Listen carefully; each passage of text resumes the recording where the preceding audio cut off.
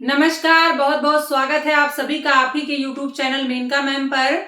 और हम लोग सीटेट स्पेशल पढ़ रहे हैं जिसमें हम लोग मोस्ट इंपॉर्टेंट टॉपिक्स को पढ़ लिए हैं। उसी श्रृंखला में हमारा एक और बहुत इंपॉर्टेंट टॉपिक है कोहल वर्ग की शिक्षा या विकास। आप लोगों ने इससे पहले वाले वीडियो में संज्ञानात्मक विकास जीन पियाजे को पढ़ा था और आज हम लोग कोहल वर्ग की शिक्षा को पढ़ेंगे, उसके विकास को पढ़ेंगे। आप लोगों को पता है कि आगामी दिसंबर के लास्ट में और आपके जनवरी के फर्स्ट या लास्ट तक आपके सीटेट के एग्जाम्स हो जाएंगे। सीटेट के बच्चों के लिए मैंने सीटेट के जो इम्पोर्टेंट टॉपिक है वो पढ़ा दिए हैं। जो बच्चे अभी तक हमारा वीडियो नहीं देखे हैं उनको आप लोग शेयर करिए, भेजिए और सारे वीडियो को वॉच करिए, क्योंकि ये सारे वीडियो मैंने सीटेट स्पेशल बनाए हैं। जो सीटेट के एग्जाम्स देंगे अगर वो सारे वीडियो देखते हैं तो वो अच्छा स्कोर कर सकते हैं। आज हम लोग पढ़ेंगे कोहल वर्ग का नैतिक विकास सिद्धांत। इससे पहले हमने जीन पियाजे को पढ़ा था जिससे संबंधित सारे पेपर्स में क्वेश्चंस देखने को मिलते हैं। कोहल वर्ग से भी हमारे कई क्वेश्चंस आते हैं, जिसमें सबसे पहला क्वेश्चन जो बनता है वो बनता है कि नैतिक विकास का सिद्धांत किसने दिया है। तो कोहल वर्ग ने दिया। बेटा कोहलर नहीं, कोहल वर्ग ने दिया है। नैतिक विकास का सिद्धांत किसने दिया है? नैतिक विकास का सिद्धांत दिया है। किसने दिया है बेटा? कोहल वर्ग। किसने दिया है? कोहल वर्ग। आप लोगों ने जीन पियाजे को पढ़ा। जीन पियाजे ने कौन सा सिद्धांत दिया था? संज्ञानात्मक विकास। एक बात आपको बेटा हमेशा याद रखनी है कि दो ही टाइप के क्वेश्चंस आते हैं। एक तो आपका बनता है कि नैतिक विकास सिद्धांत किसका है, उसके स्तर और सोपान को पूछ लेता है, और एक संज्ञानात्मक विकास के स्तर को या क्रम को पूछ लेता है, जिसमें सबसे ज्यादा कोहल वर्ग और संज्ञानात्मक विकास से पूछे जाते हैं। इसके अतिरिक्त सामाजिक सांस्कृतिक सिद्धांत वाइगोट्स्की का है और भाषा विकास सिद्धांत चोम्स्की का है। ये क्वेश्चन भी बनता है। मतलब ये चार में से बेटा एक क्वेश्चन फिक्स आएगा। अगर आप सीटेट का एग्जाम दे रहे हैं तो चारों सिद्धांत के प्रवर्तक आपको याद रखने हैं। पहला आपका मैंने जो बताया अभी संज्ञानात्मक विकास, ये किसका है बेटा? ये है जीन पियाजे का। ये किसका है? जीन पियाजे का। दूसरा आपका नैतिक विकास। नैतिक विकास किसका है बेटा? नैतिक विकास आपका कोहल वर्ग का है। किसका है? कोहल वर्ग का है। और इसके बाद सामाजिक सांस्कृतिक सिद्धांत। सामाजिक सांस्कृतिक सिद्धांत ये किसका है बेटा? वाइगोट्स्की का है, जिन्होंने जेडपीडी की अवधारणा दी थी। खूब क्वेश्चन आता है ये। इसके बाद आपका चौथा भाषा विकास का सिद्धांत। भाषा विकास का सिद्धांत ये किसका है बेटा? ये चोम्स्की का है। किसका है? चोम्स्की का है। एक बात याद रखिएगा, ये सिद्धांत केवल इसमें ही नहीं पूछे जाते हैं, कभी कभी शिक्षण में भी दे देता है इसके क्वेश्चंस। जैसे संस्कृत के शिक्षण में अक्सर दे देता है भाषा विकास का सिद्धांत किसका है, तो चोम्स्की का है। मतलब ये मनोविज्ञान के लिए ही जरूरी नहीं है, अलग चीजों के लिए भी जरूरी है। तो आज हम लोग पढ़ेंगे कौन सा? हमने संज्ञानात्मक विकास को पढ़ लिया, आज हम लोग नैतिक विकास को पढ़ेंगे, जिसमें हम कोहल वर्ग को पढ़ेंगे। कोहल वर्ग की शिक्षा जो है बेटा, इन्होंने कौन सी शिक्षा पे बात की, कौन से विकास पे बात की? नैतिक विकास पे बात की। आपका जीन पियाजे ने संज्ञानात्मक विकास की बात की। उन्होंने 4 अवस्था बताई थी और इन्होंने 3 अवस्था बताई है। आपके कोहल वर्ग ने नैतिक विकास की 3 अवस्थाएं बताई हैं। तीनों अवस्थाओं के नाम आपको याद रखने होंगे और उसका उम्र याद रखना होगा। इसके अतिरिक्त मैं विशेषताएं भी बताऊंगी कि किस वर्ग में क्या विशेषताएं पाई जाती हैं। तो पहला स्तर जो है बेटा, पहला स्तर जिसका नाम है पूर्व परंपरागत स्तर। पूर्व परंपरागत स्तर, इसकी एज क्या है बेटा? 4 से 10 वर्ष। 4 से 10 वर्ष। और इसे और क्या किस नाम से जानते हैं? पाक रूढ़िगत नैतिकता का स्तर। और इसके बेटा सोपान कितने हैं? इसके 2 सोपान हैं, आज्ञा पालन और दंड वाला। आप लोगों से क्वेश्चन पूछा जाता है कि कोहल वर्ग के नैतिक विकास के सिद्धांत कितने हैं या सिद्धांत के स्तर कितने हैं? तो 3 स्तर हैं। याद रखिएगा, कोहल वर्ग ने कितने स्तर दिए हैं? 3 स्तर दिए हैं और 6 सोपान दिए हैं। 3 स्तर दिए हैं और कितने सोपान दिए हैं बेटा? 6 सोपान दिए। प्रत्येक स्तर के 2-2 सोपान हैं। तो ये क्वेश्चन भी आ सकता है। पहले स्तर का नाम क्या है? पूर्व परंपरागत स्तर, जो 4 से 10 वर्ष का है। इसके बाद दूसरा आपका परंपरागत स्तर, दूसरा आपका है परंपरागत स्तर, यह आपका 10 से 13 वर्ष। उसके बाद आपका इसको क्या कहते हैं? रूढ़िगत नैतिकता का स्तर, रूढ़िगत नैतिकता का स्तर, इसको और किस नाम से जानते हैं? रूढ़िगत नैतिकता का स्तर। तीसरा आपका बेटा क्या है? तीसरा आपका है उत्तर परंपरागत स्तर, उत्तर परंपरागत स्तर, इसे क्या कहेंगे? उत्तर रूढ़िगत नैतिकता का स्तर, उत्तर रूढ़िगत नैतिकता का स्तर। ये कितने से होगा? 13 से 16 वर्ष। देखिए बेटा, 2021 में क्वेश्चन आया था कि 8 वर्ष में कौन सा स्तर विकसित होता है, कौन सा सोपान आता है? तो याद रखिएगा, ये 4 से 10 है, तो 8 आपका किस में आ जाएगा? पूर्व परंपरागत में। कोई क्वेश्चन ऐसा दिया था कि दंड या आज्ञा पालन की भावना किस स्तर की विशेषता है 8 वर्ष में, अगर पूछता है तो 8 वर्ष में आपका कौन सा आ जाएगा? पूर्व परंपरागत स्तर। मतलब बेटा इसके सोपान देकर भी क्वेश्चन पूछ सकता है और स्तर देकर भी क्वेश्चन पूछ सकता है। अब हम इसको एक एक करके समझेंगे। पहले इसका स्क्रीनशॉट ले लीजिए।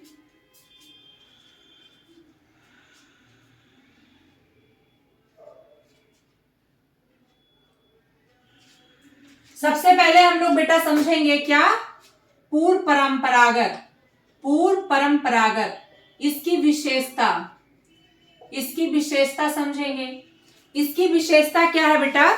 इसमें बच्चे का जो व्यवहार या नैतिक विकास होता है, ये पूर्णतया दंड और पुरस्कार पे आधारित होती है, या कह सकते हैं दंड और पुरस्कार पर आधारित होते हैं।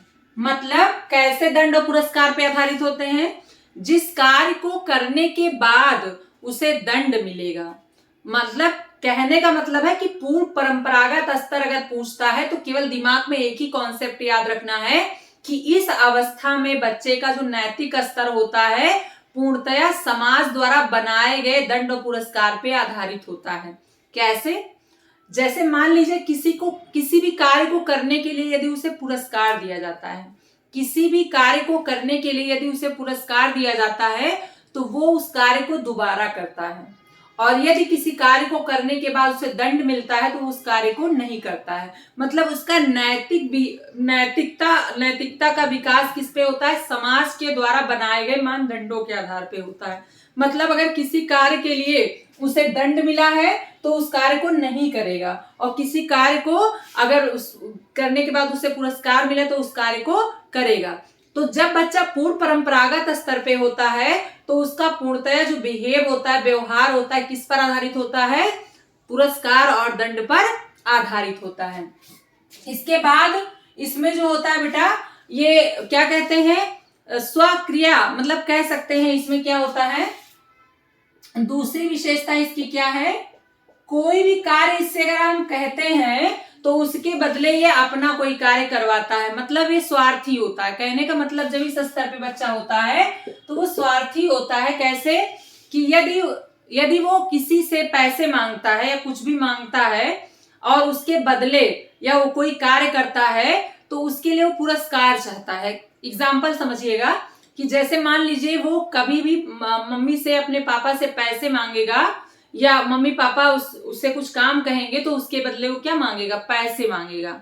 देखिए कैसे? जैसे मान लीजिए कि माँ या पिता ने उससे 1 गिलास पानी मांगा तो कहेगा कि 10 रुपए दो तब मैं पानी ला कर दूंगा। मतलब उसके अंदर आदर्श भावना अभी विकसित नहीं हुई है, नैतिकता उसके अंदर शून्य होती है। वो केवल समाज द्वारा बनाए गए नैतिकता का पालन करता है, जो समाज द्वारा बना दी गई है।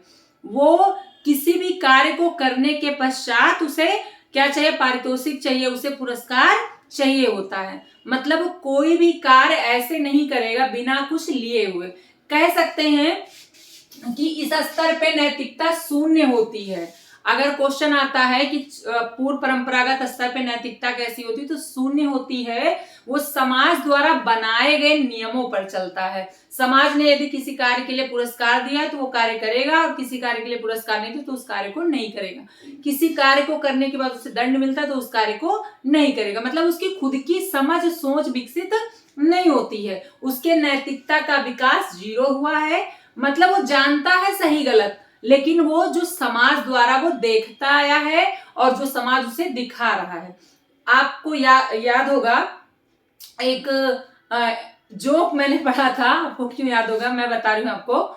उसमें एक जोक था, उसमें ये था कि एक पिता था, उसने अपने बच्चे से कहा कि कोई आया था उससे मिलने, तो उसने बच्चे से कहा कि बता दो कि पापा घर पे नहीं है। पापा घर पे नहीं है, तो वो बच्चा जाकर क्या बोलता है कि पापा ने बोला है कि पापा घर पे नहीं है। मतलब देखिए कि पापा ने बोला है पापा घर पे नहीं है, यानी उसके अंदर खुद की कोई समझ नहीं है, उसने इनडायरेक्ट ये बता दिया कि पापा घर पे हैं। तो ये समझ कहां पर होती है? पूर्व परंपरागत स्तर पे होती है। मतलब कहने का मतलब यह है कि जब बच्चा इस स्तर पे होता है तो उसकी खुद की नैतिकता की समझ नहीं होती, वो समाज के द्वारा बनाए गए मानदंडों पर चलता है। अगर कहीं दंड या आज्ञा पालन की बात आएगी, यदि कहीं पर आदर्शों में शून्यता की बात आएगी, नैतिकता में शून्यता की बात आएगी, तो कौन से स्तर की विशेषता होगी? वो पूर्व परंपरागत स्तर की विशेषता होगी। अब आते हैं दूसरे स्तर पे। दूसरे स्तर का क्या नाम है बेटा? परंपरागत स्तर। दूसरे स्तर का क्या नाम है? परंपरागत स्तर। ये कब से कब होगा? 10 से 13 वर्ष। इसमें क्या होता है, आपने क्वेश्चन देखा होगा, अगर आपने प्रीवियस पेपर लगाए होंगे तो उसमें अच्छा लड़का अच्छा लड़की वाले ही को खूब क्वेश्चन आते हैं। अच्छा लड़का अच्छा लड़की वाले क्वेश्चन। आप लोग सोचे ये कैसा क्वेश्चन है? देखिए, जब बच्चा 10 से 13 वर्ष की आयु में होता है, मतलब बाल्यावस्था में, तो उसकी नैतिकता तो जो होती है वो आदर्श नैतिकता पेश करना चाहता है। जहां पर भी होता है वो खुद को अच्छा दिखाने का प्रयास करता है। अगर वो कक्षा में होता है तो सोचता है कि कक्षा के जो अध्यापक है वो मुझे सबसे ज्यादा पसंद करें, और वो सारे नियम को मानता है जो कक्षा में बनाए गए हैं, और उसके साथ साथ वो अच्छा दिखने का प्रयास करता है। तो जब भी ऐसे क्वेश्चंस आएंगे, अच्छा लड़का बनने की कोशिश है, अच्छा लड़की बनने की कोशिश, तो किस स्तर की विशेषता है? परंपरागत स्तर की। इसमें बच्चा नैतिकता विकसित कर लेता है और समाज के द्वारा बनाए गए मानदंडों पर वो चलता है। और दूसरी चीज, वह स्वयं को अच्छा बनाने का प्रयास करता है, और वह नियम में रहकर किसी भी कार्य को करता है। वो रूल समाज के द्वारा बनाए गए नियमों पर चलता है और उसको मानता है। याद रखिएगा, मेन यही पूछता है, समाज के द्वारा बनाए गए नियमों पर वो चलता है, उस नियम को मानता है, स्वयं को अच्छा बनाने का प्रयास करता है, चीजों में सामंजस्य बना के रखता है। जैसे यदि उसे पता है कि ये हमसे बड़े हैं तो उसका पैर रखेगा, लेकिन जब इस स्तर पे होगा तो उसे बताना पड़ेगा कि ये हमसे बड़े हैं, इनका पैर आपको रखना है। लेकिन जब बच्चा इस स्तर पे होगा तो उसके अंदर नैतिकता विकसित हो जाएगी और वह स्वयं से ही किसी भी आप अपने से बड़े लोगों का वो पैर रखेगा। एक तो भावना ये होगी कि उसके अंदर नैतिकता विकसित हो गई है, दूसरा वो अच्छा दिखने का भी प्रयास करेगा, चाहे वो कक्षा में हो या घर पे हो, अपने आप को अच्छा दिखाने का प्रयास करता है, नियम को मानता है, समाज के द्वारा बनाए गए नैतिकता को मानता है।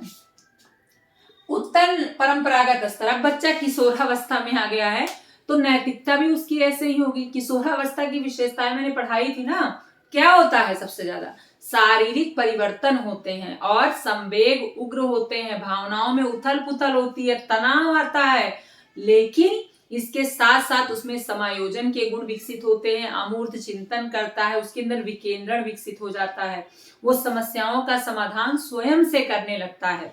मतलब कि जब बच्चा उत्तर परंपरागत स्तर में होगा, देखिए बेटा, एक चीज अगर आपने दिमाग में रखी है ना, उम्र, तो आप क्वेश्चन पढ़ते ही जान जाएंगे कि किस स्तर की विशेषता है, क्योंकि मैंने आप लोगों को अवस्थाएं पढ़ाई थी और अवस्थाओं में मैंने सबकी विशेषता पढ़ाई थी। तो विशेषताओं में कहीं ना कहीं उसके नैतिक पहलू को भी मैंने बताया था। और आप लोग इतना अंडरस्टूड हैं, बीएड बीटीसी करके आए हैं, आप लोग को इतना पता है कि इस स्तर पे किस तरह की नैतिकता उसके अंदर होगी। तो आप जब भी क्वेश्चंस को पढ़िएगा तो इन तीनों अवस्थाओं का नाम और उम्र याद रखिएगा।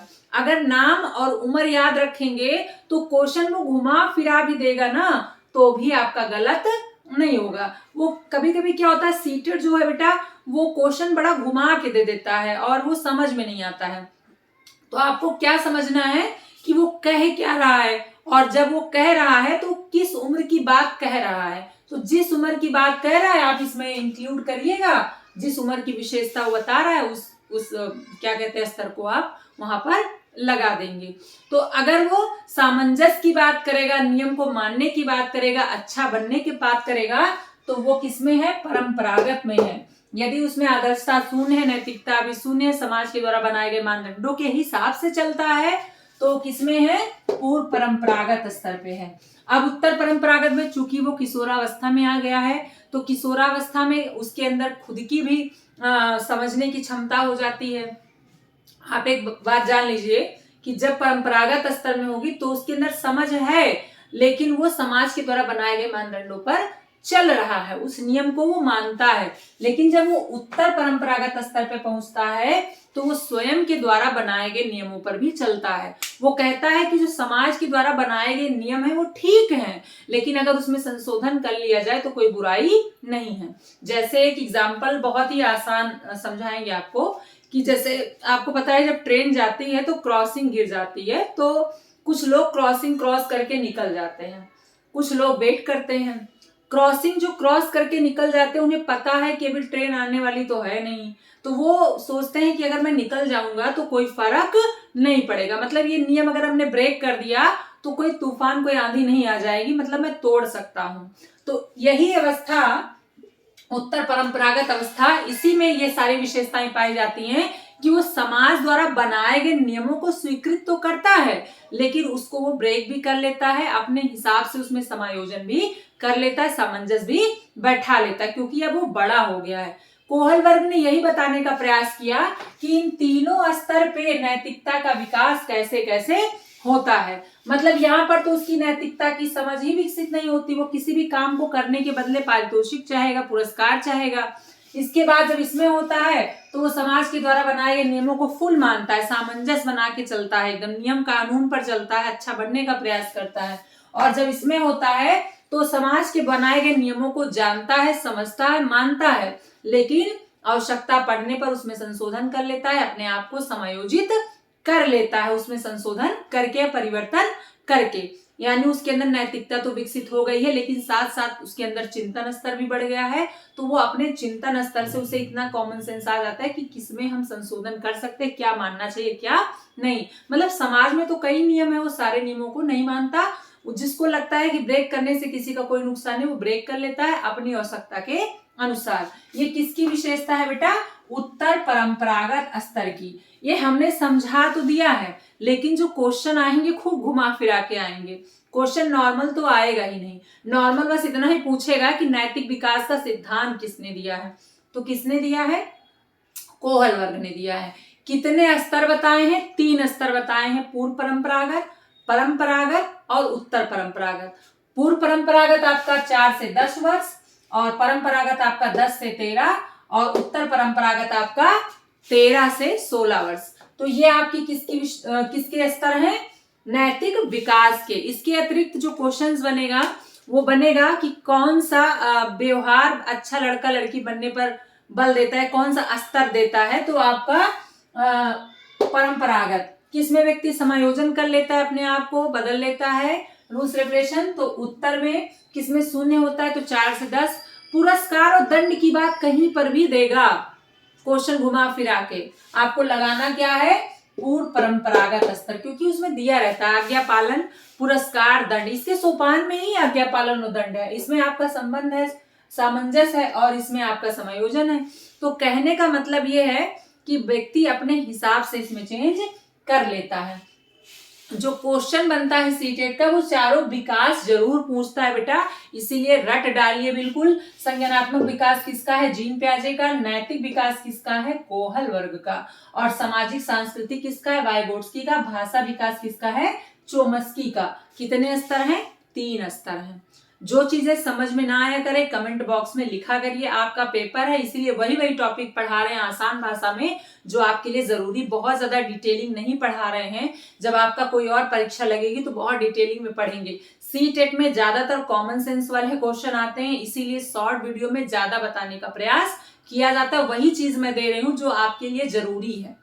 बाकी तो बहुत सारी चीजें इसमें हैं, लेकिन उतना आपको जानने की जरूरत नहीं, बस कॉमन सेंस वाली चीजें जानना है कि कितने स्तर है, क्या क्या विशेषता है। आप घुमा फिरा के चाहे जैसे आएगा आप क्वेश्चन कर ले जाएंगे अगर आपने वीडियो देखी है। ये वीडियो अगर पसंद आई है तो उसको लाइक करिए, शेयर करिए, सब्सक्राइब अगर नहीं किए तो कर लीजिए और लोगों को भी भेजिए और वीडियो को पूरा देखा करिए। इसके बाद आप लोगों को मूल्यांकन पढ़ा देंगे। मूल्यांकन से भी कई क्वेश्चंस आते हैं, समावेशी मैंने पढ़ा दिया है और आरटीई भी मैंने पढ़ाया है। आप प्लेलिस्ट में जाकर हमारे साइको की पहले की वीडियो देख लीजिएगा, उसमें मैंने आरटीई 2009 भी पढ़ाया है, उसको भी आप पढ़ सकते हैं।